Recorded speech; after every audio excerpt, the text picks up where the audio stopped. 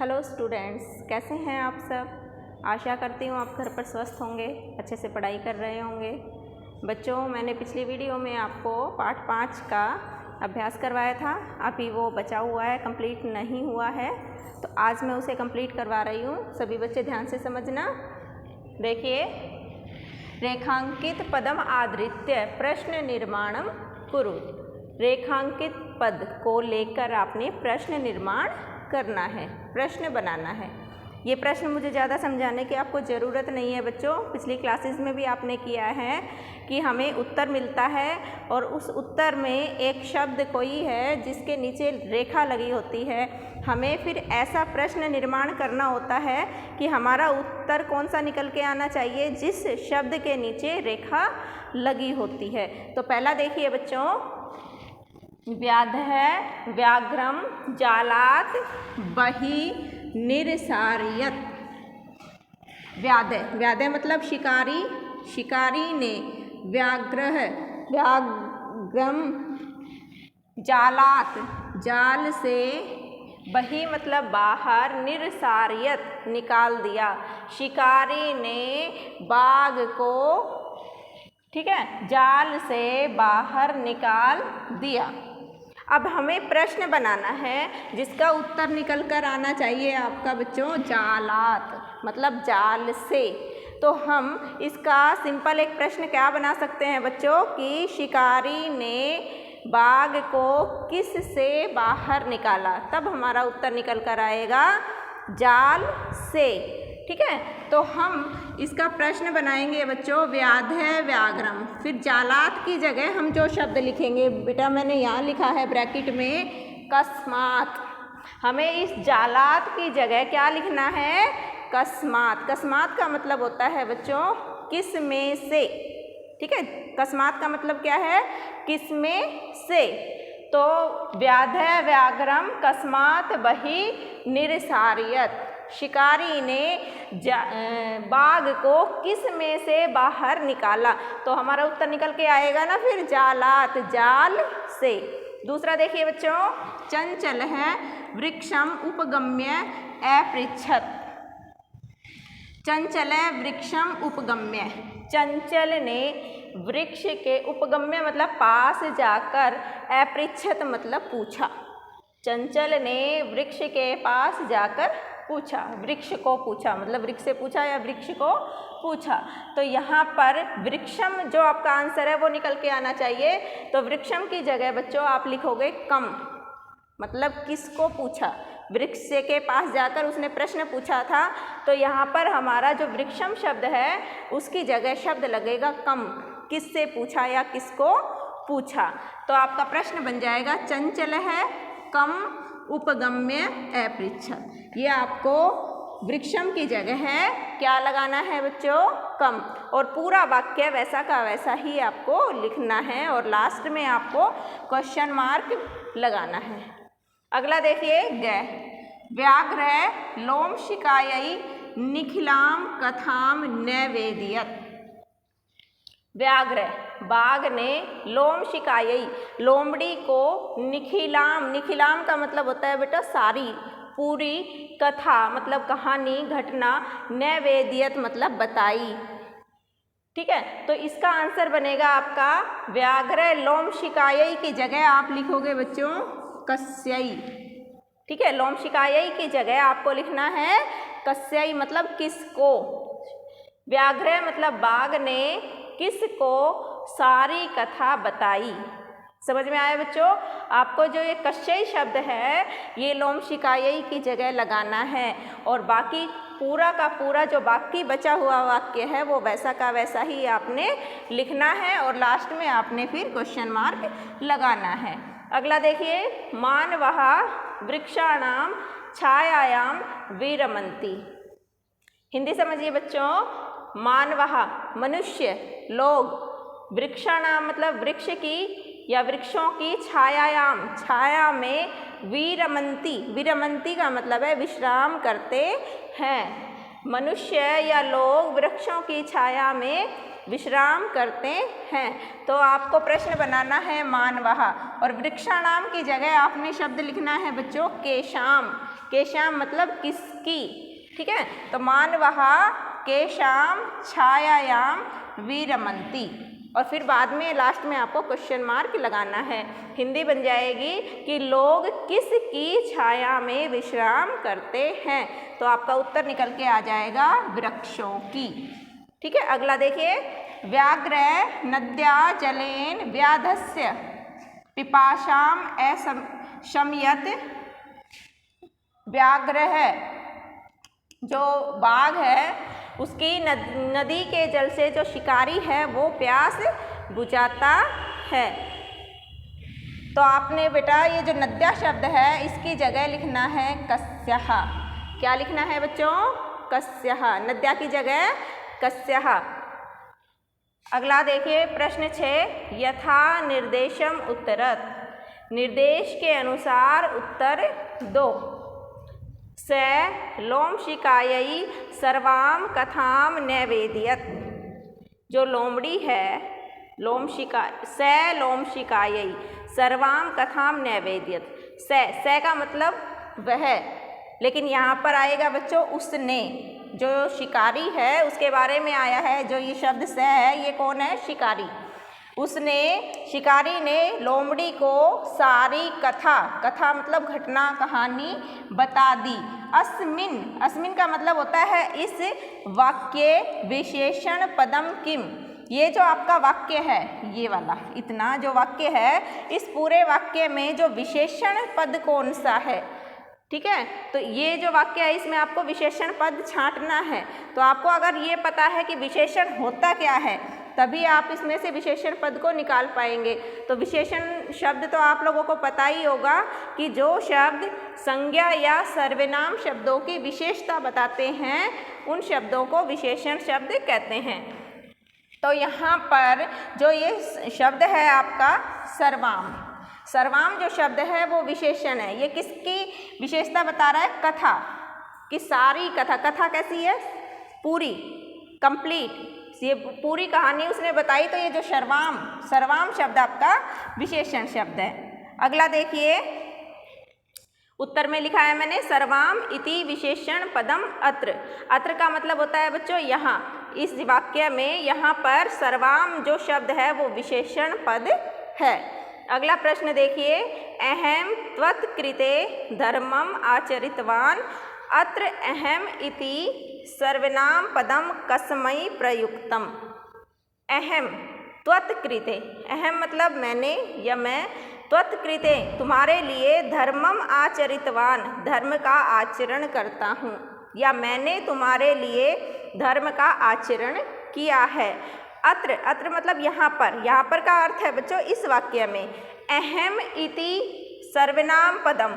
जो अहम है वो कैसा शब्द है? एक सर्वनाम शब्द है। ये कस्मै प्रयुक्तम, किसके लिए प्रयोग हुआ है?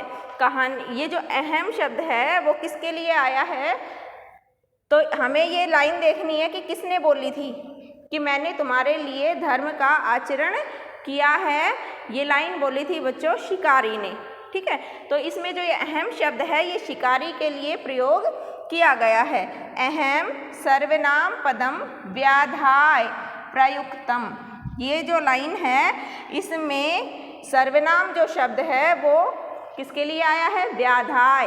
व्याध तो होता है बच्चों शिकारी, और जब उस व्याधाय लिखते हैं तो इसका मतलब है शिकारी के लिए। तो ये अहम शब्द किसके लिए प्रयोग किया गया है? शिकारी के लिए। अगला देखो, सर्व है स्वार्थम समीहते अस्मिन् वाक्ये कर्तृपदम किम। सर्व स्वार्थम समीहिते, आपके पास वाक्य है सर्वम स्वार्थम समीहिते, सभी लोग अपना अपना स्वार्थ चाहते हैं।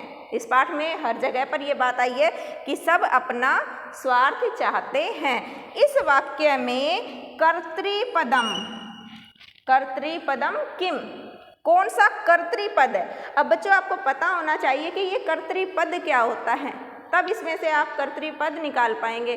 तो कर्तृपद कहते हैं बच्चों कर्ता को, ठीक है। जो कर्ता होता है वो पद कर्तृपद कहलाता है। तो इस वाक्य में कर्ता कौन है? तो कर्ता है बच्चों इसमें सर्व है। सर्व मतलब सभी। यहाँ पर जो स्वार्थ चाहने का काम किसका है? सभी लोगों का। सर्व मतलब सभी। तो यहाँ पर कर्तृपद कौन सा है बच्चों? सर्व है। अगला प्रश्न देखिए, सा सहसा चंचलम उपसृत्य कथयति वाक्यात एकम अव्ययपदम चित्वा लिखत। ठीक है। सहस वह अचानक, सहसा मतलब अचानक, ठीक है। चंचलम उपसृत्य, चंचल के उपसृत्य मतलब पास जाकर, कथयति मतलब कहती है। वह अचानक से चंचल के पास जाकर कहती है, वाक्यात इस वाक्य में, ये है एक वाक्य आपके पास, इस वाक्य में एकम मतलब एक, अव्यय पदम एक अव्यय पद, चित्वा लिखत मतलब निकालना है और लिखना है। इस वाक्य में से एक अव्यय शब्द आपने छांट कर लिखना है। तो अव्यय शब्द क्या होता है बच्चों? अव्यय शब्द वो शब्द होते हैं जिन पर संज्ञा का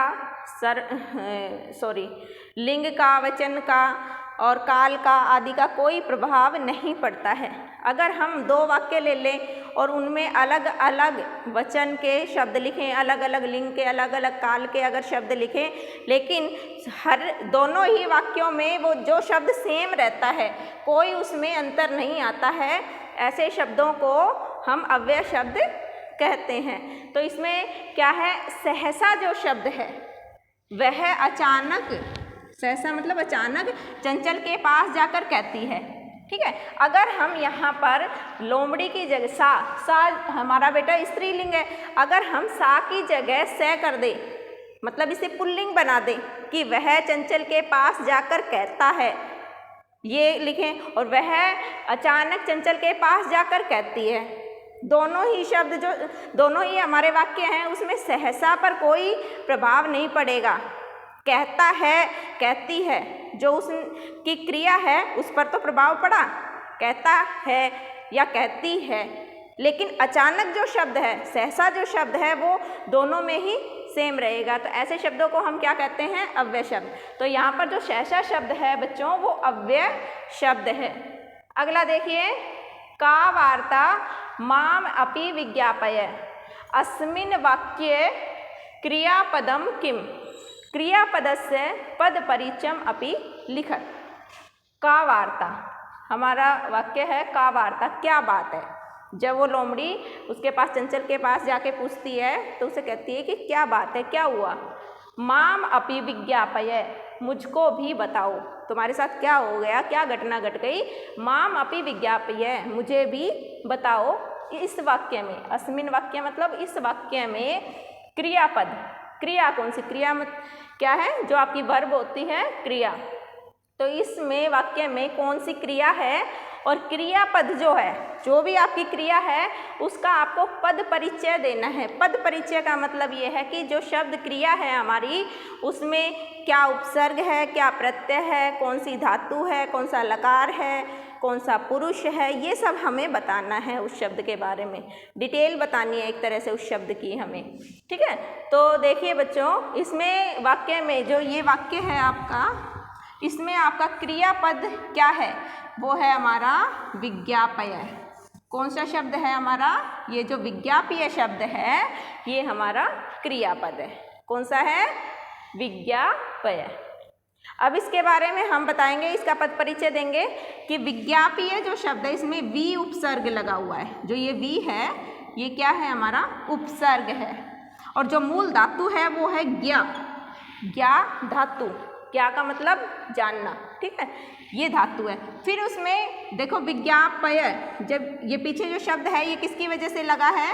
प्रत्यय है इसमें, निजंत प्रत्यय। ठीक है। और लोट लकार। अब ये बताना है कि ये कौन से लकार का है? ये लोट लकार का शब्द है। और कौन सा पुरुष? प्रथम पुरुष है, मध्यम पुरुष है, उत्तम पुरुष है। इन तीनों में से हमें बताना है कि कौन से पुरुष का है। तो ये मध्यम पुरुष का है। और एक वचन, एक वचन, द्विवचन, बहुवचन में से कौन सा है? एक वचन का शब्द है। ये इससे विज्ञापीय शब्द का पद परिचय है। यहाँ पर बेटा ये आपका क्वेश्चन नंबर 6 कंप्लीट हो गया। अब 7वां प्रश्न देखिए, धातु प्रत्यम च लिखत। यहाँ पर बच्चों आपको कुछ शब्द दिए गए हैं, ठीक है, उसमें धातु के अंदर आपके प्रत्यय जुड़े हुए हैं, ठीक है। तो आपको उस शब्द में से धातु और प्रत्यय को अलग अलग करना है। तो सबसे पहले हमारा गंतुम। गंतुम शब्द में हमें बताना है कि धातु कौन सी है और प्रत्यय कौन सा है। तो इसमें धातु कौन सी है बच्चों आपकी, गम। गम धातु में और तुमुन प्रत्यय लगे हुए हैं। प्रत्यय तो बेटा आपने हिंदी में भी पढ़े हैं कि जो शब्दांश मूल शब्द के पीछे लगकर उसके अर्थ को बदल देते हैं, ऐसे शब्दांश को हम प्रत्यय कहते हैं। तो हिंदी में आपने अलग तरह के प्रत्यय पढ़े हैं, संस्कृत में थोड़े अलग प्रत्यय हैं। ये प्रत्यय का टॉपिक मैं आपको व्याकरण में करवाऊंगी। अभी देखिए, गंतुम शब्द में कौन सा प्रत्यय लगा हुआ है, तुमुन प्रत्यय। अगला है द्रष्टुम, शब्द आपका है द्रष्टुम। इसमें धातु कौन सी प्रयोग हुई है, दृश्य धातु, और प्रत्यय वही तुमुन, जो ऊपर था वही तुमुन प्रत्यय इसमें प्रयोग किया गया है। अगला शब्द है करणीय। करणीय शब्द में मूल धातु क्या है हमारी, क्री। करणीय शब्द में कौन सी धातु है, क्री, और प्रत्यय लगा है बच्चों अनियर। क्री धातु में अनियर प्रत्यय जब लगता है तो हमारा शब्द बन जाता है करणीय। अगला है खादितुम। तो इसमें देखो धातु जो है वो है खाद, मतलब खाना, और इसमें तुम देखो यहाँ पे भी गंतुम, द्रष्टुम, खादितुम, तो ऐसे ही तुमुन प्रत्यय, खाद के साथ हमारा कौन सा प्रत्यय लगा हुआ है, तुमुन। और अब लास्ट में है बच्चों अपना कृत्वा। शब्द हमारा है कृत्वा। इसमें मूल धातु क्या है हमारी, क्री। क्री मूल धातु है। और त्वा कब लगता है, जब हम कत्वा प्रत्यय लगाते हैं। कौन सा प्रत्यय, कत्वा। क्री के साथ कत्वा प्रत्यय लगाते हैं तो शब्द हमारा बनता है कृत्वा। यहाँ पर बच्चों आपका पाठ 5 का अभ्यास कंप्लीट हो गया है। आशा करती हूँ आपको समझ आया होगा। सभी बच्चे इस अभ्यास को अपनी नोटबुक में लिखेंगे और याद करेंगे। Thank you.